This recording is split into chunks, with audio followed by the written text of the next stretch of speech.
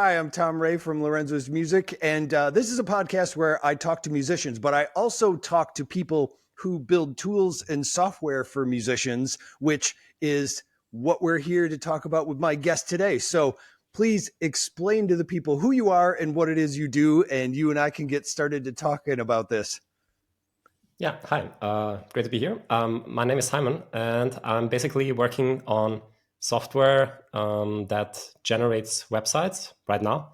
That's not what I've been always doing, but let's say in the last 2 to 3 years, I really focused a lot on writing software that generates, on the one hand, the one thing we're talking about today, Faircamp, so software that generates websites for audio producers. And then I also have another project, which is also very ambitious and bigger, and also already used in the wild, which is called Hyper 8. And this is basically the same thing, but for video producers. Mm-hmm. And I checked that out too. And also to be clear, yes, we are here to talk about Faircamp today specifically because it is the one for musicians. But yes, I want to ask you more about the side projects because I did a deep dive once I discovered Faircamp and you and what you're doing and looked at some of the other stuff. And I'm like, what? So we're gonna talk more about that.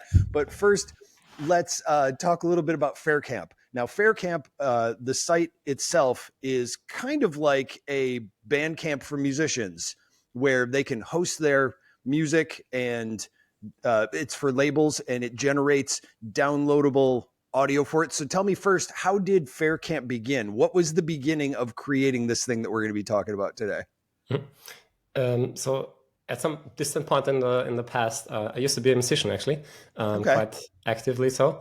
And I would say about 2020, 2021, I think was when the first code was written. But around that time, I kind of had this thought process of if I were ever to release music again, put it online, what would be an appropriate platform for me? And for me, the answer was that Bandcamp is something that comes very close to that for me. Mm-hmm. So just in terms of, I kind of like the simplicity of it, that it's still, it also has the streaming aspects these days, but still, I think the idea of really downloading music, that is still a big part of the culture there. And but in other ways, it was also totally not for me, because I felt if I were to publish music again, it would be more sort of about something that I love doing, and not so much something where I need to sort of present myself to the world, and also nothing where I really want to sell anything or compete with anyone. So for me, it was sort of interesting to have something that is a bit like Bandcamp, but without the whole aspect of being like on a platform and like, I don't know, putting myself out there on the market. Maybe this was sort of the thing that didn't work for me. Yeah. And out of this, really, and back then I was working just professionally a lot with static site generation. So just in terms of technology, that was very close to just where I was working already. And I just dabbled around a bit, really, tried this out. Could it be like, how fast can you build like this MVP for just something Bandcamp-like that statically generates this Bandcamp-like site? And yeah, and maybe to just explain the name quickly, because that might be interesting. So one major consideration around the idea of static site generation is that what you end up with is a static site which then sort of precludes certain features. So you cannot really, for instance, have, at least not on its own on that side, you cannot have payment integration. So then the question for me was, okay, so if somebody put up their music for download, and still wanted to emulate this Bandcamp experience, right? Of saying, okay, please pay something. So how would that work? And I felt like, okay, what if the answer is simpler and it's not a technical problem, but more like a lot of the audience on Bandcamp is really fans. So people that really want to see the people they follow, the people that make the music that they love, they want to see them succeed and to be able to go on doing that. So a lot about it is really like an intrinsic drive to support people. So maybe it's not even necessary to force people to pay, right? And so the idea was, okay, in a static website, you could simply have sort of more like a performance of payment. So, or a performance of this paywall. Let's put it that way. So basically, you ask, I would like to have, I don't know, €8 or more for this album. And then you basically point people to where they can buy, which is on another platform. So maybe on PayPal, maybe, I don't know, on LiberaPay or something like this. And then they just have a checkbox and they say, okay, I paid this elsewhere, and now take me to the downloads. But it's completely based on fairness, and hence was the name born, Faircamp. So yeah. And so I want to get into those things as well. So we covered a lot there, and I want to back up a little bit just to go over the different topics that you brought up. One being, first of all, this is a static website that people can host themselves. So when we talk about this, it's not a, hey, go to Faircamp, sign up, create your account. It's a, hey, go to Faircamp, download the software, run it yourself, and host it on your own website. And that goes into because it is a platform, but it's a self-hosted platform. It's a platform that users can take home and put their own stuff on and put it on directly on their own website. And that was when you brought up that is a static site generator. Now, I want to go into static websites. I went down the rabbit hole of static websites. I love them. I've created them. I've learned different ways of, I created an entire event page for a reunion at the university here for the graduating class of the 1960s called madisonreunion.org. And it's got an interactive calendar where I constructed everything through a calendar that auto-filled through data files, stuff like that, all through a Jekyll website generator. So Jekyll is my go-to. Jekyll is, I know I've tried the other ones, the 11Ds, the Gatsby's and all that, and they're all fine and good, but I always feel like there's always another one popping up.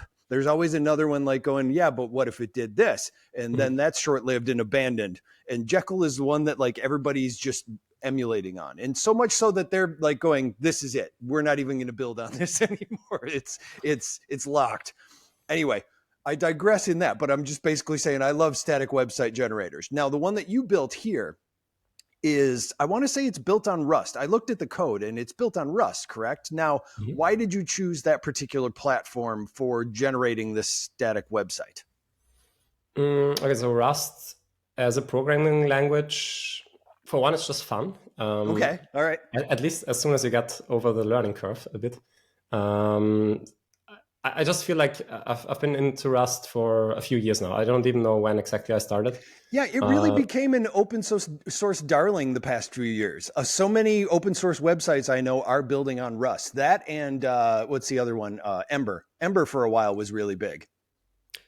No idea, to be honest. Okay. But all right. So yeah, it's just, I feel like it offers like a great package. I mean, I'm not really. I feel like everybody should use what they can work with well. And agree. For me personally, Rust is something that works very well for me. So just something that is fast, where I can also productively write software, and something that is really very like memory safe, and which just is inherently based on the structure that it offers and the guarantees that it gives you. It just tends to be very bug free. So, I mean, of course, you can still have bugs, clearly, yes. But they sort of exist at a different level. And I noticed that clearly in all the sort of projects where I used Rust. It is very seldomly the case that I have like a lot of bugs. So, I mean, disclaimer, I also tend to write a really straightforward software. So at least if I have any say in it, I write very straightforward, just input output things. Yeah. So as static site generators usually work, right? And for that, it's just beautiful, right? I would even say the way that you've constructed the way that the user can use Faircamp would be in a sense that you're going, even with the new text input that you have, it's kind of like you have a synopsis section that can go as like a header underneath the title of each page. And then you're like, here is where you put in your kind of like a CMS where like, here's the title, here's your text. And then you can just add in like the different elements you want it to display on the page. So you've kept it very straightforward rather than just like, oh, and then you can customize it to this, this, this, and this, and this, which is great for people who love tinkering with stuff. But yeah, for just a musician who's like, I want my own Bandcamp page that I host myself. You're like, well, here you go. Input this information here and you're off and running. So that would, yeah, I like the way that you write the stuff to be very straightforward, as you said, very much so. Thank you. Yeah. Yeah. Actually, like there this is an interesting point. Like I have a bit of a like I think there's often the topic of customizability, and in the end, right now I don't know what the final outcome of it all will be.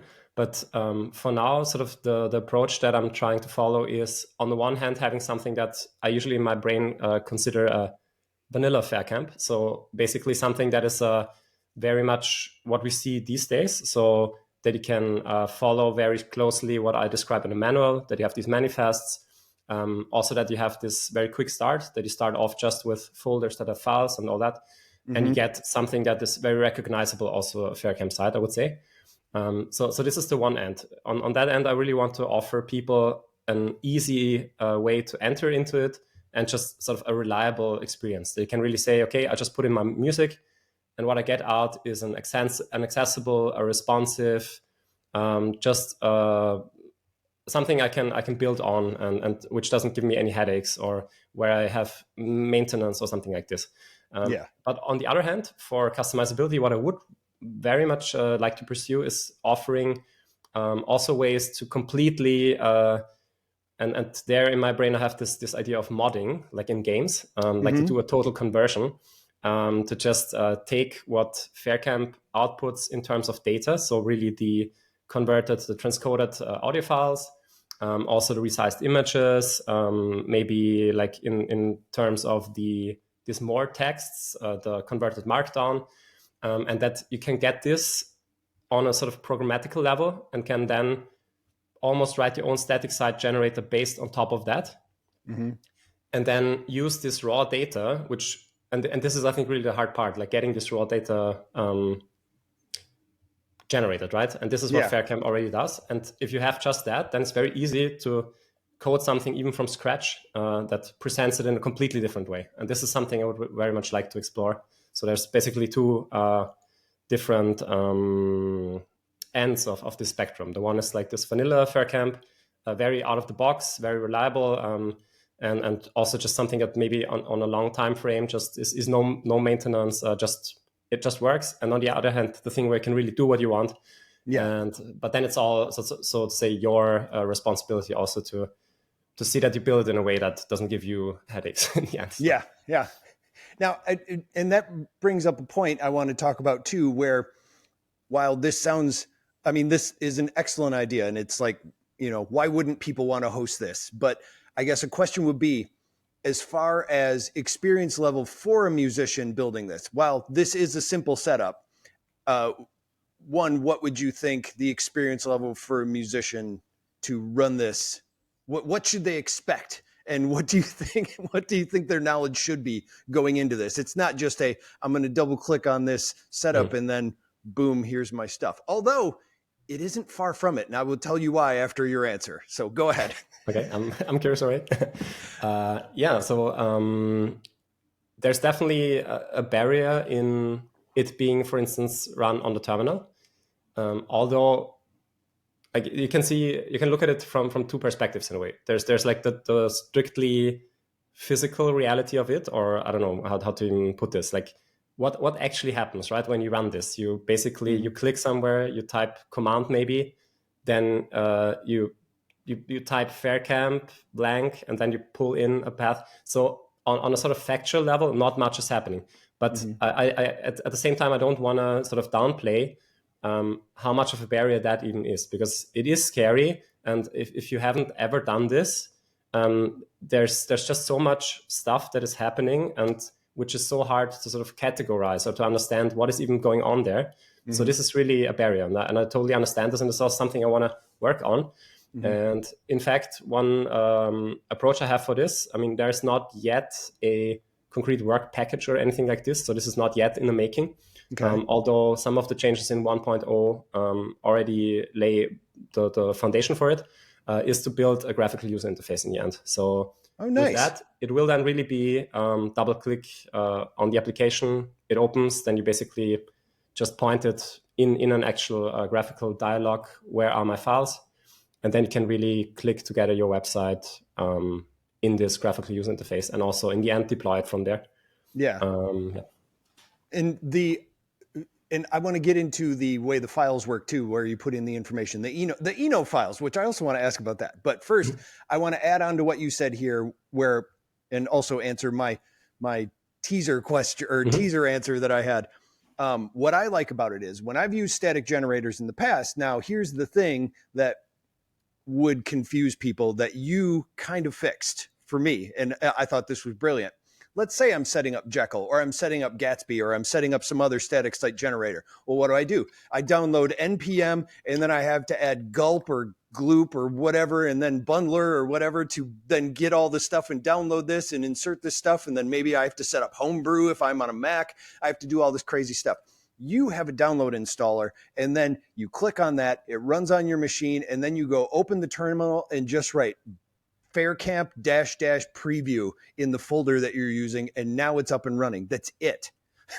That is the most simplistic way you can go about it. I don't have to learn how to download anything but Faircamp, and even that is a downloadable execution file. For me, it was a deb on Ubuntu, which thank you very much. People don't do that often. And you got an exe file, you've got a Mac one. Like, you can download it and just install it, and then you've already conquered half the burdens that people would be like, you were saying before, I never opened a terminal. Well, when you just go open the terminal and type this in, and it will pop up in your browser, that makes some people who haven't really done it before feel like geniuses and like they're ready to go and hack into their local bank. Like, that is the power that you've given them by making it so that it's like, I just typed this into a terminal and I am a computer genius. So kudos on that. I think that's brilliant. Now, the other thing too was when I was testing it out, you have it set up so, you're like, oh, it reads the folder structure. You put your music into folders as albums, and that's how it's structured. All I did is I created a Faircamp setup. I dragged a music folder into it, and it already generated an album for that based on the MP or the ID3 files for the most part. Now, that also is brilliant. Like, I hadn't even gone in and learned how you're supposed to type in the information for it. And it kind of said, well, we think you're trying to say this. Now, tell me about how it's doing that. How is it reading the ID3 files of the music that I put in to generate a site just by that even? Or was that an accident? I don't know. So, no, it's not by accident. Okay, it's good. Really, all the work put in, but like a lot of, or I think like most of the credit for this really goes to the people that write the libraries that are incorporated into the Faircamp application. So basically, in the Rust ecosystem, you have these crates. So these are third-party dependencies that you can use, and there is, I mean, there's not super much, but fortunately, so for us, there are sort of enough basic building blocks to be able to read in text from all sorts of different formats. So there's a crate for ID3. I think there are multiple ones, but I'm using one particular one, which I really like. I think works very well. There's one for flag files, for OGG, Vorbis, Opus. Some of these formats actually are more like the containers, and then they share the same metadata technology, actually. But yeah, basically, I really stand on other people's shoulders there. It's really, they give me the possibility to quickly implement this and to be able to pull out specific text from the files. And sort of the effort that then happens in Faircamp itself is more sort of normalizing it, because not every audio format has the same concept of tags. I mean, fortunately, the basic ones are roughly the same.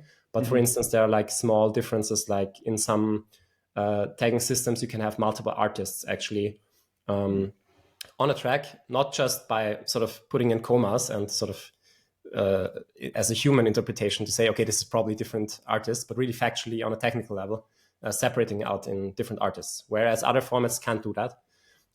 So this is kind of the interesting stuff then, where Faircamp has to do a lot of work then also to blend it all nicely together so that you don't really realize that it makes a difference. Yeah. What format you put in the front, and also what format comes out at the back, basically.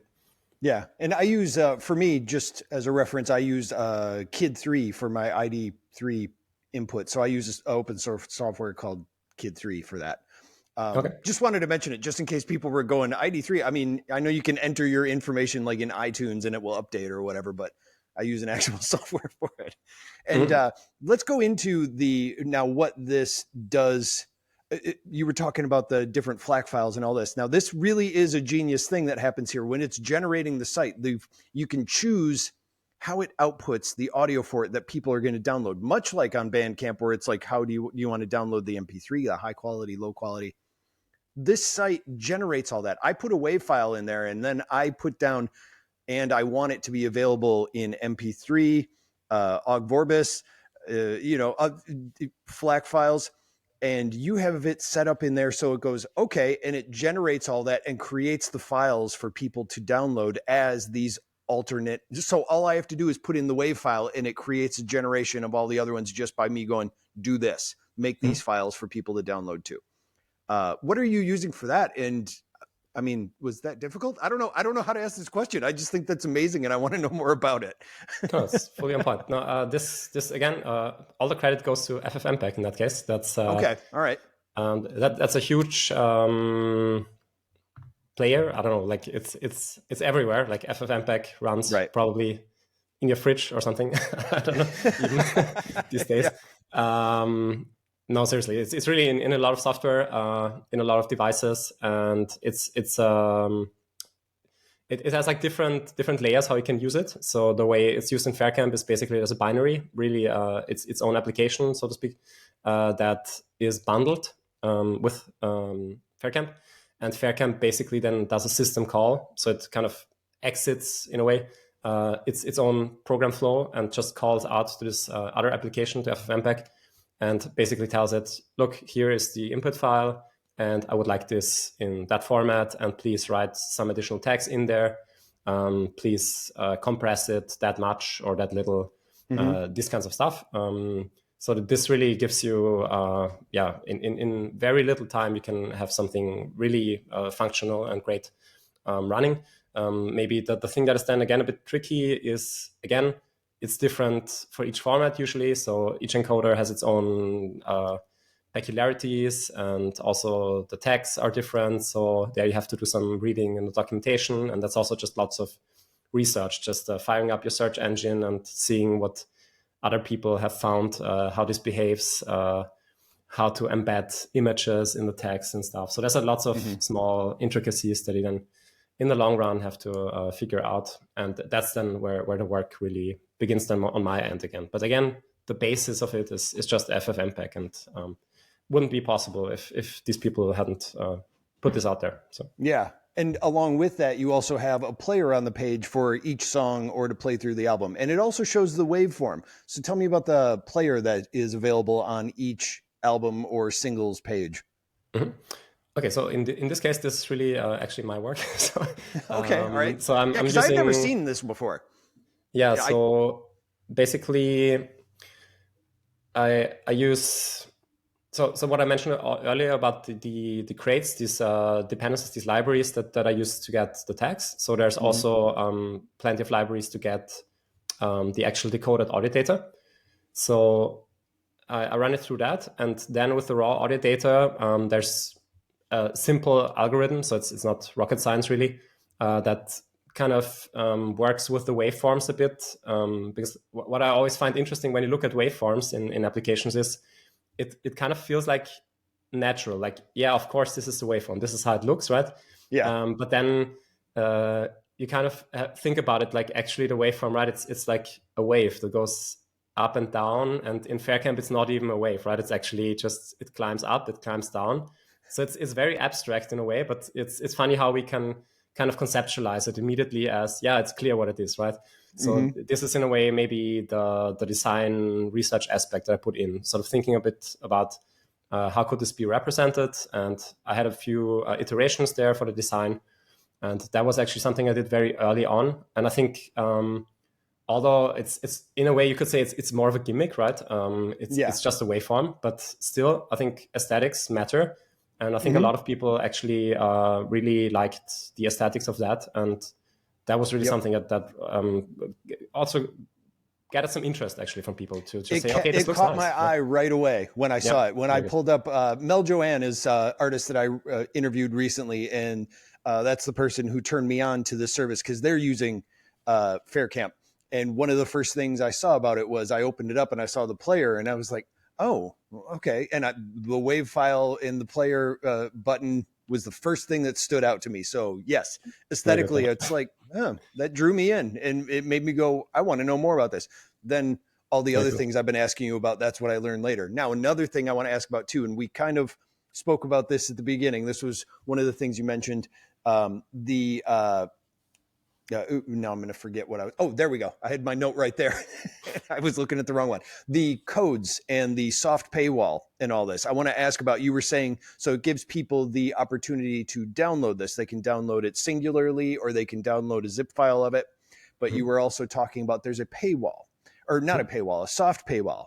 Now, explain the concept of the soft paywall, because I went through it and I will say I have some questions about it, but I get what you're doing here. So tell me about it first. Okay, yeah. So technically, I call it soft pay curtain, but pay curtain. Sorry, you're right. It's a bit of an, I don't know, weird invention. I don't know. Maybe paywall would be better, so people understand it. But I guess it's not a pay curtain is actually makes more sense with what it does. So pay curtain is much better. And yeah, basically, it's sort of a product of necessity, right? Because I felt like in a purely static site, you cannot enforce a payment. So what can I do, right? I can just have a soft pay curtain, and this is pretty much in a short version how it came to be. So yeah, and it's more of a promise, sort of, for payment, in the sense that the way it works right now. When I went to go sign it up, I set one up for I had it connected to my PayPal account just to test it out. So you show up and it goes to download this. How much would you like to pay for this? And I put down like $4 or something like that. And it said, great. So I clicked on it, it went forward, and then it was like, here's your download. And it said, now click here to go on PayPal or whatever service I choose and then pay for it. So I could technically just go, oh, the desk clerk walked away before I finished putting my credit card in, so I can just leave before they come back. It's it's more of a trust thing. That's why it's more of a pay curtain, because it's like, you mean I can just walk through? Whereas a pay wall, it's like, I can't go through this wall without doing a thing. A pay curtain, you're like, oh, all you do is pull it aside and walk through. Exactly. Yeah. So that is an interesting technique, and I do like it. And I do think while it is, a lot of people could go, I don't have to pay. Well, then maybe I won't. I think a lot of people are on the honor system and also are respectful and would do it. It's like tipping. You're like going, come on. I want to reward you for what you're doing. So I do like that, but it's an interesting approach to it. And I'd never seen one like that before. And have you ever considered adding a component that does tie to a server so that a payment can be taken care of? Like, there used to be a service that's no longer around, but it was funded by the Mozilla Foundation, or no, sorry, the Shuttleworth Foundation. It was called Cash Music. And are you familiar with that at all? No. Okay, so it was a service that had plugins basically musicians could put on their website. And one of them was a download for either an email or for a payment. And it was actually a plugin you could put on your site, and it was as simple as that. You would put in your information, and then it would expose where the download was after you made your payment or entered your email, and then you could download. But it was connected to their server, but it was an open source thing built on PHP. And the code is actually still out on GitHub, and you should go check it out. It was a great service. But do you ever have any plans of implementing something where it would be possible to collect a download? Because that's actually something I would really like, is to be able to, at the very least, collect an email. Not so much as a payment, but a payment thing. I think that would be something musicians would be interested in. So is there anything in the works to try and achieve that? Yeah. So on the one hand, I mean, there's the download codes, right, which are technically actually a paywall. So you can, with this, already have sort of this workflow of like someone goes to the album page, they press download, then it says, look, you need a download code here, and you can get it here, right? This would also already be the really enforced payment. Yeah. But of course, it's not as well integrated, because you're jumping between pages, and you're manually copying the code to get the downloads back on Faircamp page. So as a long-term perspective, I think it would be very interesting to also explore, but optionally. So that's the important part. Like not by required. default, No. because I think it's important that Faircamp basically in its baseline functionality stays this thing that really has no maintenance, no security problems and all that. But I think it would be interesting to sort of look, would it be possible to have like an optional module where you can maybe have like a direct payment integration in the end? And the way I would sort of most imagine it is to just think about it in the most what is like the most bare bones simple way to do that, to have like a hook that goes somewhere else, does the payment and then gets you back, and not more than that. And this then I mean, maybe this is too much into the details, but I would think this is then actually using PHP probably. Why?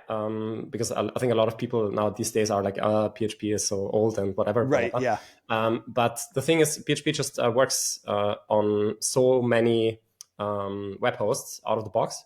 So I think this really is in harmony with the general idea of Faircamp, something that really works virtually everywhere. And this is then also the case for PHP. And the sort of second thought that I have on this is also, if it's simple enough, one could even think about saying, okay, by default it's PHP, but there's also a Python implementation or a Ruby implementation or a whatnot implementation. So you could then sort of say, okay, generate this module not as PHP, but generate it as Python, for instance. So it's maybe you could say like a microservice, maybe from a certain perspective. And it just changes this code. And if you don't use PHP, then you're also in the end responsible for then doing the whole shenanigans on the server to actually let that start and restart if it crashes and all that. So that would be a long-term perspective on it. And we've always offered our stuff for free. And, I'm asking mainly just because I know if I were telling other musicians about this, that would be a question that would come up. There are lots of people who don't like giving their music away for free or allowing people to download without something in exchange.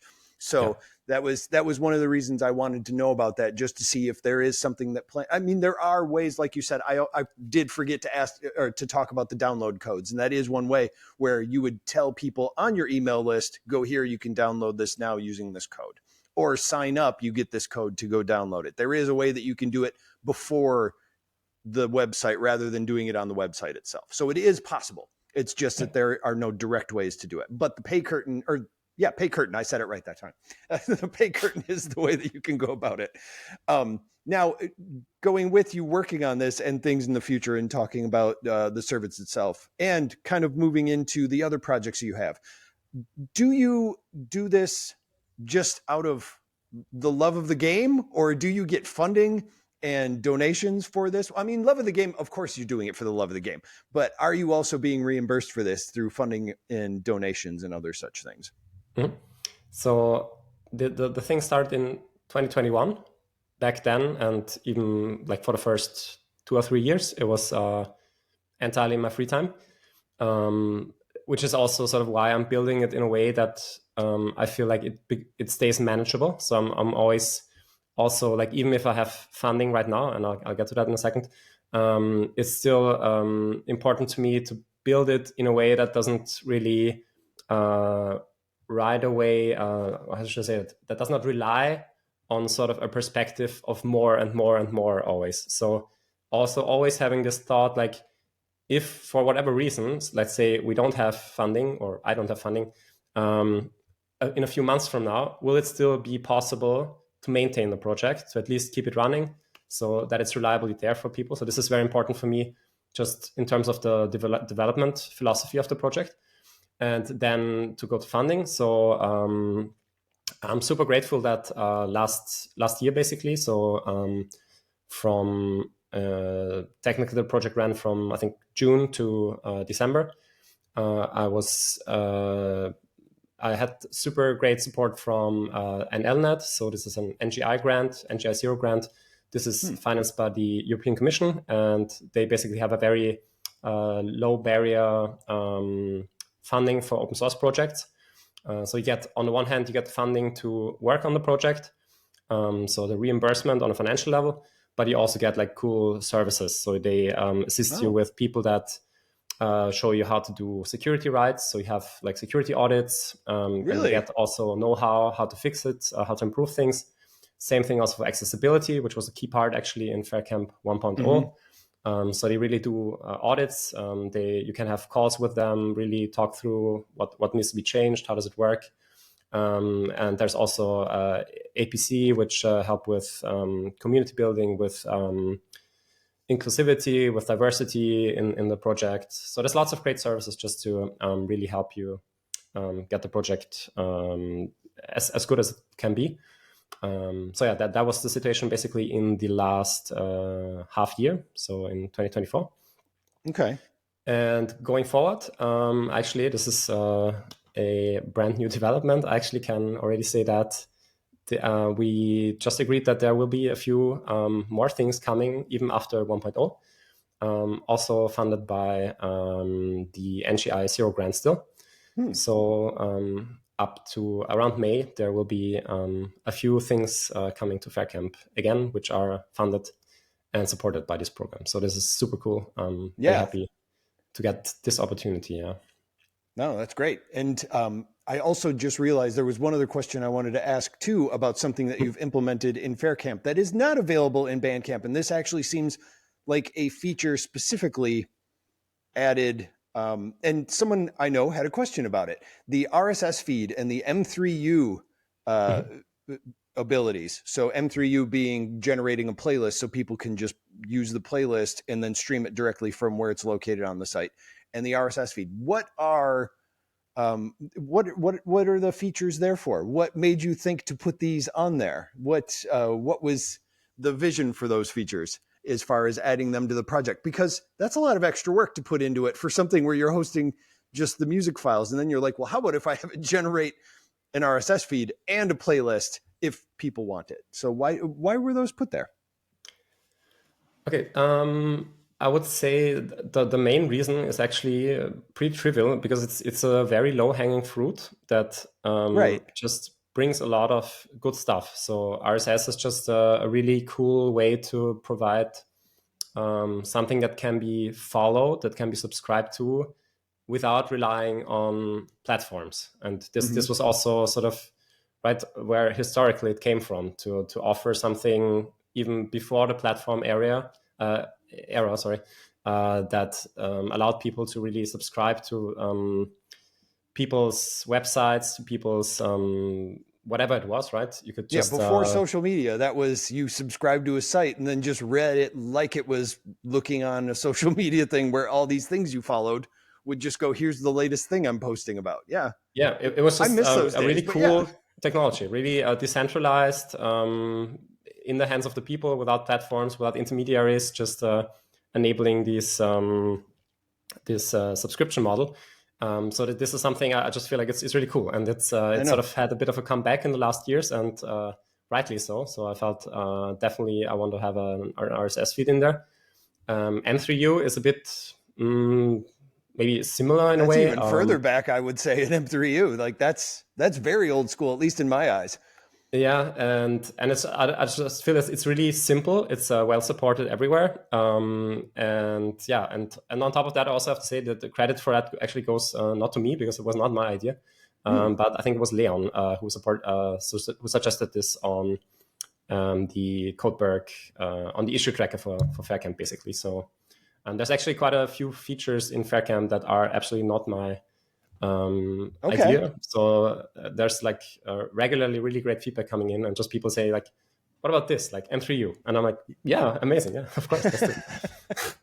The beauty of open source, I do like that. That's contributions where people are like, what if we had this? And you're like, didn't even think of that, let's give it a shot. No, I enjoy that. Okay. And so you do see people using, like, how do you, since it was suggested by someone else, maybe you don't know how people would go about using the M3Us or how they have been using it. Indeed, I can't really.